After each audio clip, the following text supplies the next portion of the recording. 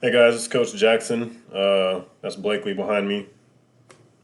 You can see her over there. I'm going to try to get you workouts in this format if I can. That way you can get some explanation and maybe some demonstration if you need it.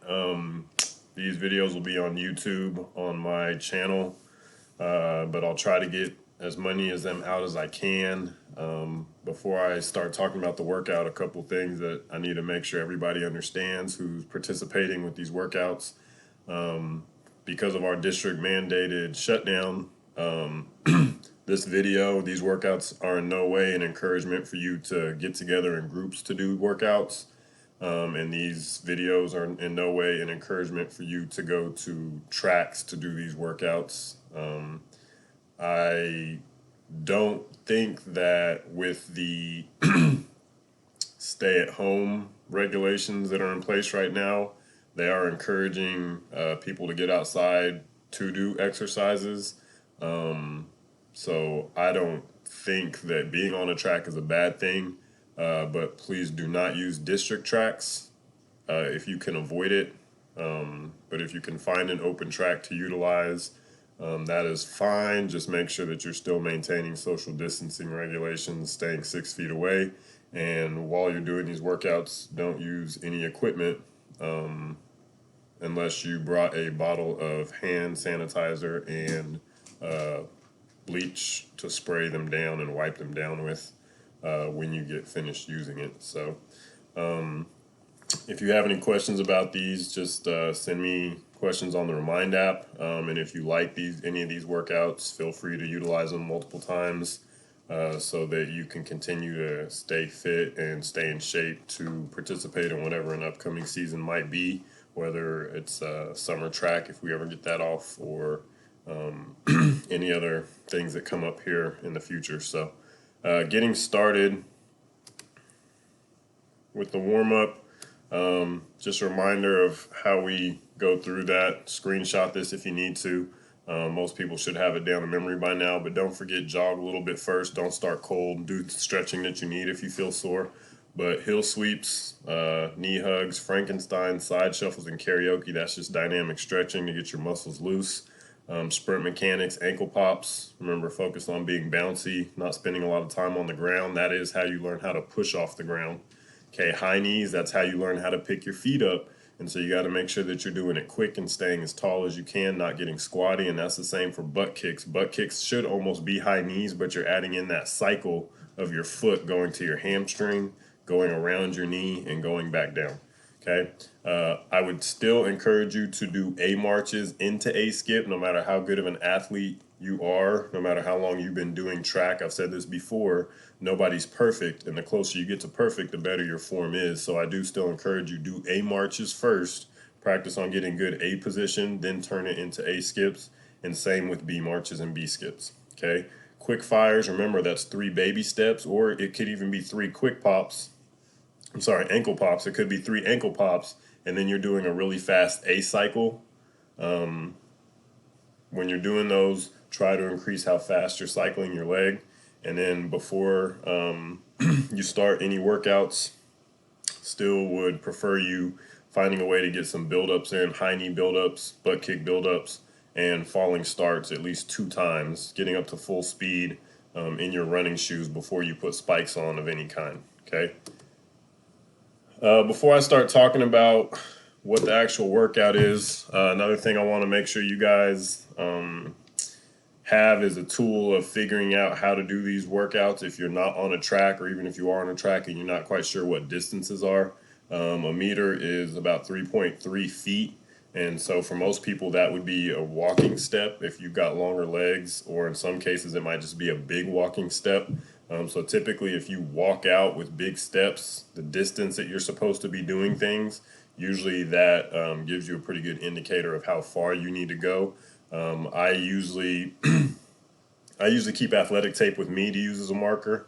But you could always use a bunch of different variety of things. You could bring an extra pair of shoes. You could bring your track spikes. You could bring a hat. A lot of different things you can use as markers so that you know where you're going to and you have that visual. But one thing it says it on a piece of this, but one thing I want you to always make sure you're doing is do these activities with a purpose. Don't just do them to make yourself tired.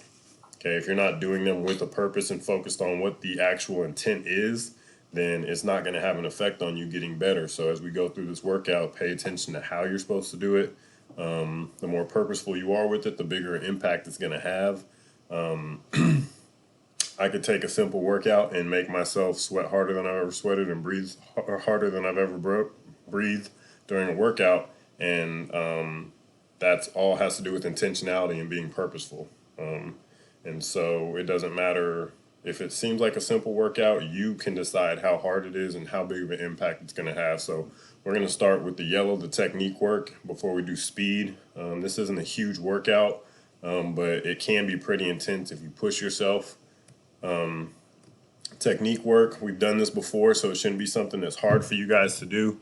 Arm action, this is a seated arm action. And as we're doing this, we're going to be doing a total of 90 seconds. So if you want to put your phone on timer and set it next to you or in between your legs where you can see it, you're going to do 30 seconds of slow arm action. As soon as you get to the 30-second mark, you're switching to 30 seconds of medium arm action. And then 30 seconds of fast arm action, as fast and big as you can possibly make it, okay? Looks like I forgot to put it on there, but you're going to go through that 3 separate times. So you're doing 3 sets of 90 seconds. Give yourself a break in between. The more intentional you are, the more purposeful you are, the more tired you're going to be. If you're just swinging your arms without any intention, you're not going to be tired. It's not going to feel like a workout. But some of you guys, I've seen you working hard on this, and it can be pretty tiring. So I'm going to back up here really quick. I just want to make sure that we're all doing the same thing with our arm action as we're working on this. I would not do this in a chair, even though I'm in a chair. I would do this seated on the floor, sitting up. It's also going to work your core. But one thing we want to focus on doing is making sure that we get our elbow up to our eye level in the front.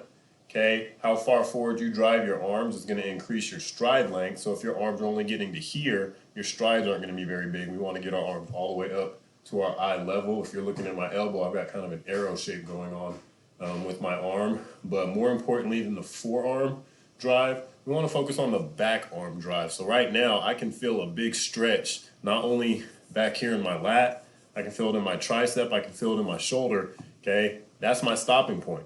I'm actually pushing as hard as I can. I can't go any farther, but when I do that with some speed, it pushes back. Okay, it's called a stretch reflex, and that's gonna help you be a more efficient runner. You won't have to spend as much energy driving your arms, it'll happen on its own. If you try this on your own, you'll find that it works pretty easy. If I force my arm back, it's gonna push my arm back forward, okay?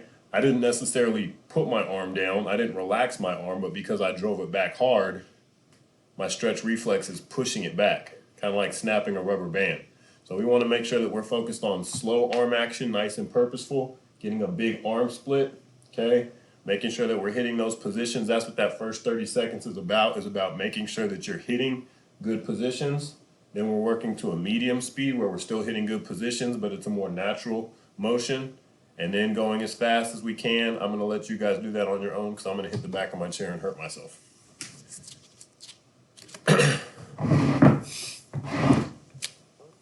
Hitting the wrong button. Okay, striking. You guys have done this before.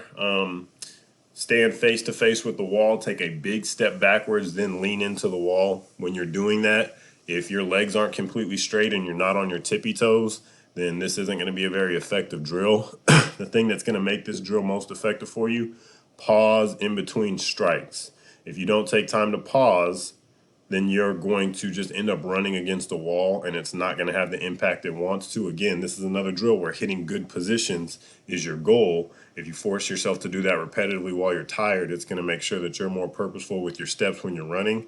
I talked to a lot of you guys about this before, but the thing that separates runners, especially 200, 400 runners, the person who has the most purposeful steps is probably going to do better, okay? If you take an average of 60 steps in a 200-meter run, and you only take 40 purposeful steps, and the other person takes 55 purposeful steps, most likely they're going to be ahead of you because they're putting more energy into every single step that they take. They're not just letting their natural ability or their legs move underneath them. Okay, so being purposeful with these strikes is going to make it more effective for you. Okay, we're doing 10 doubles on your left leg. So you're going to start with your left leg on the ground, and we're going to just go double. See if I can do this with my hands. 1, 2. Okay, pause. 1, 2. pause, 1, 2. Okay, that's a double strike. And so then after those 10, we're going to switch and we're going to start with our right foot on the ground. Do the same thing. 1, 2, pause, 1, 2, pause, 1, 2, going all the way to 10. When we do triple strikes, we're doing 20 altogether. It doesn't matter what leg you start on because you're going to be alternating. Okay, putting these triples together. Some of you guys felt this, but it can get pretty tiring. And so the harder you work, give yourself more rest in between. But the more tired you are while you're doing this, the better your muscles are going to memorize how it works. So with the triples, we're doing the same thing. Doesn't matter what foot you start with on the ground, but we're going 1, 2, 3. Should have your opposite foot on the ground. 1, 2, 3. Should have your opposite foot on the ground, making sure that you're being purposeful with those strikes. Okay. Again, didn't put that on here, but we're doing that 3 times through. And so you're doing a total of 40 different variations of striking 3 separate times. And if you want to, you can do striking, arm action, striking, arm action, striking, arm action, or you can just do all your arm action first, then all your striking. It's up to you how you want to put that together. Okay, last thing is mountain climbers. A lot of people do mountain climbers a different way. I'm going to show you what the intent of these mountain climbers are. You're doing 4 sets of 30. Not only is this helping you with your running position, but it's building up the ab muscle that controls you bringing your leg up. So a lot of people don't realize that. You actually have a muscle that attaches from your leg up to your spine, and that's what allows you to bring your leg up. So strengthening that muscle is going to increase your knee drive. 4 sets of 30 for some of you, if you've done mountain climbers not very intentionally in the past, may not seem like a very hard workout, but not only holding yourself up for push-up position for 30 mountain climbers, but being purposeful with how you're doing them can also make this a really, really hard workout. So I'm going to expand the screen and step back here really quick. I'm going to show you how I want you doing these mountain climbers. Let's see if I even have space over here to do it.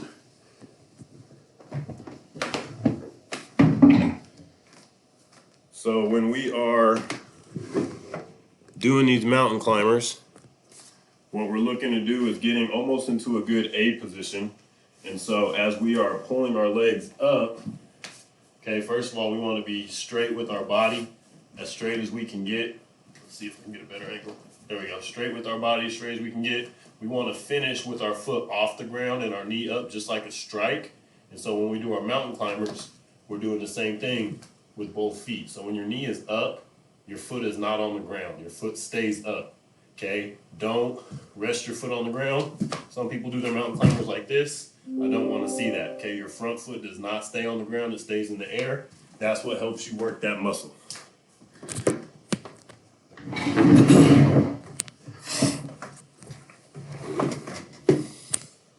Okay, for my next video, I'll find a better place to record so that I actually have room to demonstrate things.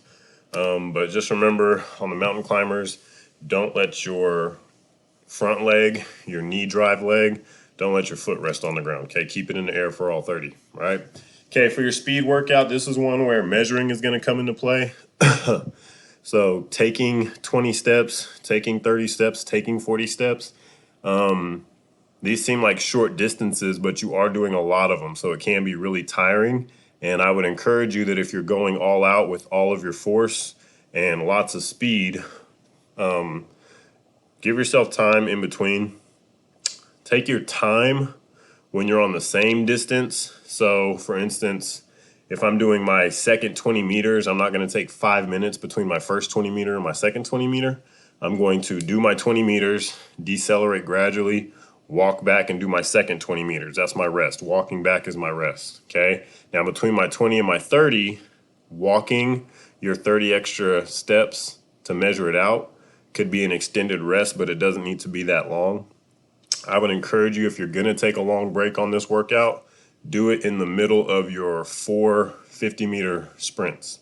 Okay. So when you do your first 2 50-meter sprints, or when you do all 4 of them, stop and take a little bit longer break. Get a good drink of water, stretch out a little bit. I wouldn't do any more than 5 minutes of a break, maybe not even more than 4 minutes of a break, and then I would go back down the ladder. So if you're looking at this, it is a ladder. You're doing 2 20-meter sprints, 2 30-meter sprints, 2 40-meter sprints. You're doing 4 50-meter sprints, because that's the top of the ladder, and then you're working your way back down. 2 40s, 2 30s, 2 20s, okay? This can be a really intense workout if you